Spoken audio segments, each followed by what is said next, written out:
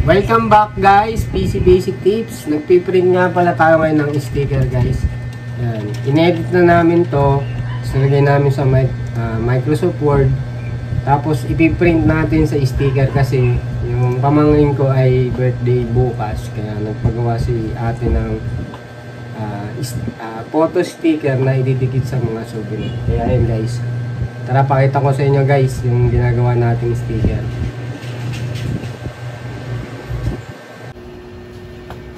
Ayan guys, kung napapansin nyo, ayan yung in-edit. In-edit nga pala yun ng anak ko. Ayan. In-edit na niya yan, tapos nilagay ko na lang sa Microsoft Word. Kailangan kasi 30 pieces, kaya ganyan lang naging size niya. Tapos ayan guys, yung ating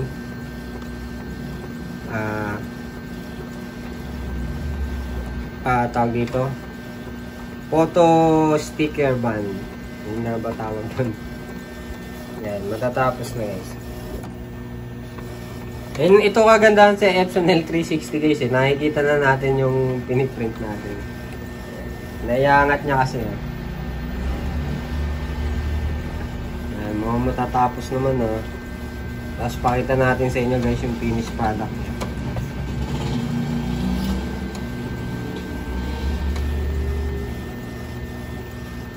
Happy birthday nga pala sa pamangkin ko.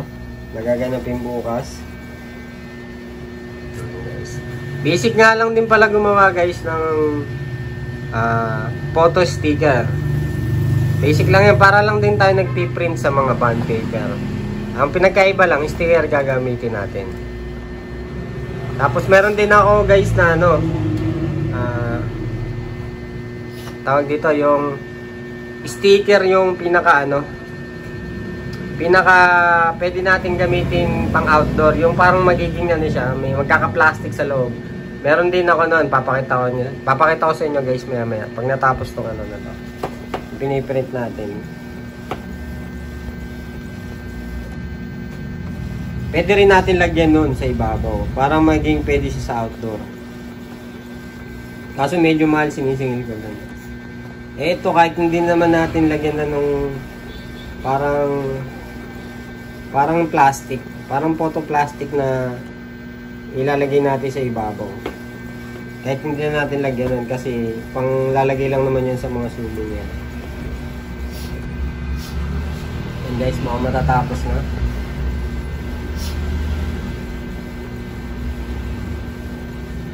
Basic lang naman paggawa niyan guys.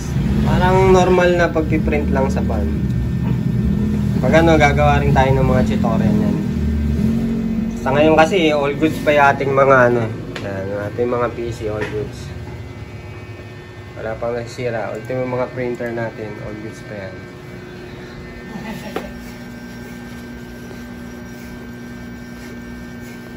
Ayan, mga matatapos na, antayin natin guys. For sharing lang to guys ha, for sharing. Wala naman tayong tutorial na ginagawa eh.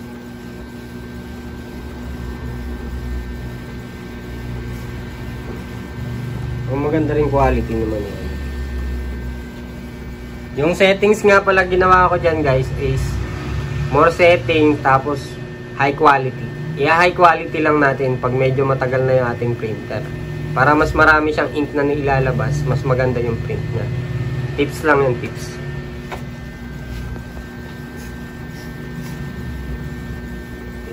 Natapos na yung finished product natin.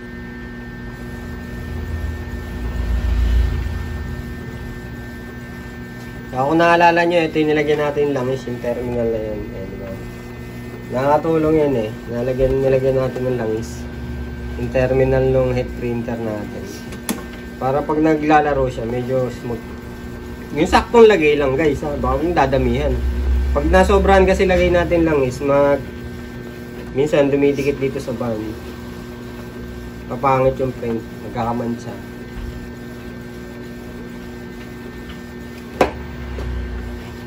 Ngayon guys, natapos na, isang layer na lang.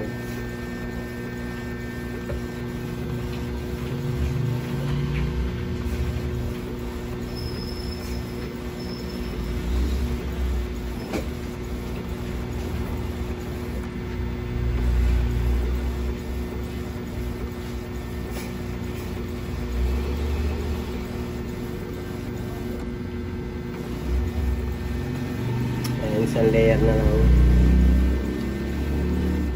Singil ko nga pala, pag may nagpagawa sa akin customer guys, singil ko dyan 60 pesos. Isang buong band na yan. 60. Hindi ko lang alam sa ibang shop kung magkano singil nila. Pero feeling ko per price lang yung 60 pesos sa isang buong bond paper na photo. Sa photo ha guys. Kasi pag bond paper lang, singil ko is 10 to 15 pesos lang. 5, 10, 15 yung singil ko sa bond print. Depende sa kulay. Pag maraming kulay, mga 15 pesos. Pag black lang, 5. Pag saktuhan, 10 pesos. Okay guys, mukhang tapos na. Pakita natin sa inyo guys yung quality.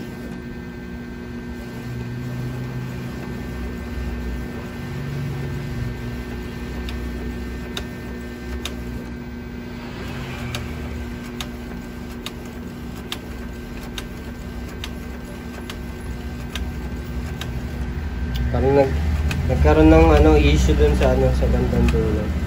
May lukot kasi pero normal lang yun pag lukot yung ginamit nating photo paper o bond paper. O sticker paper, photo sticker paper.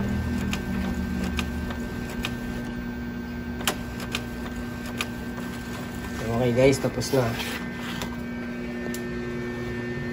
Okay guys, ito na yung finished product natin.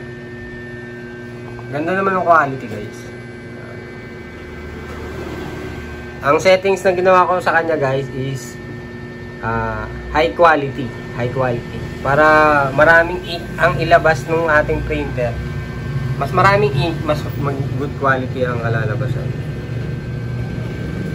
Kung napansin nyo guys, ito parang nagka-ink siya kasi may lukot siya may lukot kaya tinamaan ng ink. Normal lang yun pag may lukot. Pero pag walang lukot yung ating gagamiting band, walang ganyan. Okay guys. Tapos punta tayo guys dun sa sinasabi ko Sinasabi ko na pwedeng ilagay sa cover. Alam ko dito ko yata nakalagay yun